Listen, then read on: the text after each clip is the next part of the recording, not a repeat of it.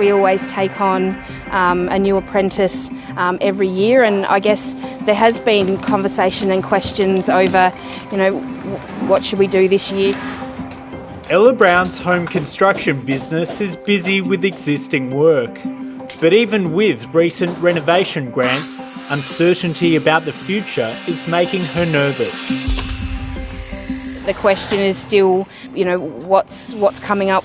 We're definitely, seeing interest and inquiry, but it's something we're very mindful of in the later part of the year and for early next year. Ella employs 7 apprentices. She's been using the Morrison government's wage subsidy scheme to help pay them, but that support was due to finish soon. News it's been extended is a huge relief. I think my reaction straight away this morning was, a bit of relief to have some support.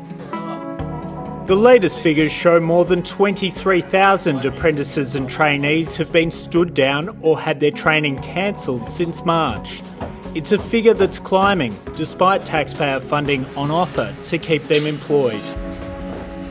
There are large numbers of apprentices and trainees who are actually losing their connection with an employer. It's important for people, if they want to take on new apprentices, that they're able to hold their current apprentices, and that is the most urgent need as we speak right now.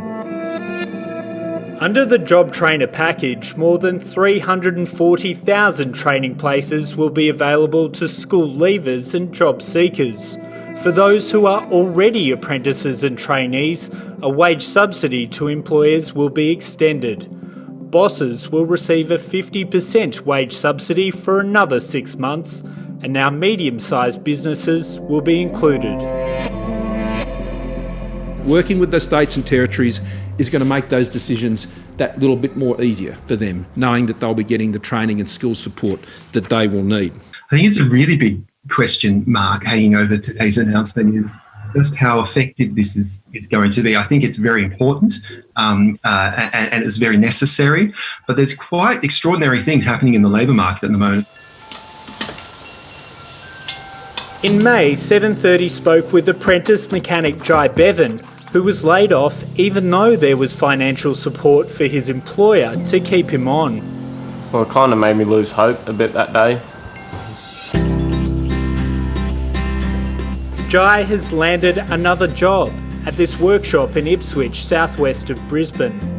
He's happy his new employer will now have half of his wages subsidised for another 6 months because it gives him extra job security. I'm as keen as I've been for finishing my apprenticeship. That's another glimmer of hope that I see, because it's pretty good for the long run for both the business and myself.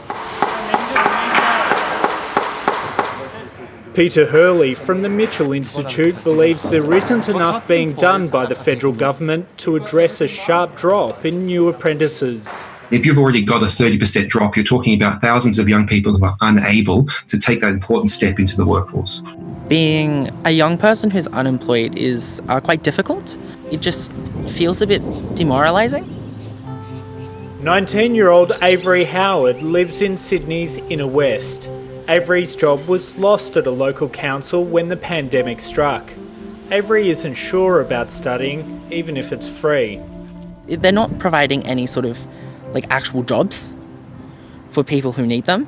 And I understand that training is a barrier for employment, but it's not the only one. It's certainly much better than was feared when this pandemic first broke. Economist Saul Lestlake says news about today's increase in the unemployment rate shows conditions remain challenging. But there are some signs of recovery. Well, today's figures suggest that roughly a quarter of the Australians who lost their jobs or were stood down during the months of April and May have been able to go back to work. I'd actually say that although the measured unemployment rate went up from 7.1 to 7.4% in June, that reflects the fact that more people started looking for work because they thought they had a better chance of finding it. Millions of Australians are anxiously waiting for a decision about the future of another wage subsidy, JobKeeper. It's currently due to run out at the end of September. What I think the government will do, and what I think the government should do, is at a minimum extend JobKeeper for those sectors of the economy and people who used to work in it that are going to be subject to ongoing restrictions for some time.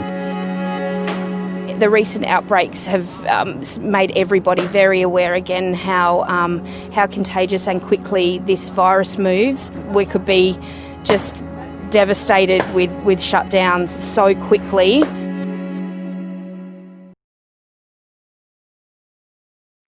Hi, I'm Lee Sales. Thanks for watching this story. If you'd like to watch more of 730's stories, they are on the left of your screen. And tap on the button below to subscribe and get the latest from ABC News.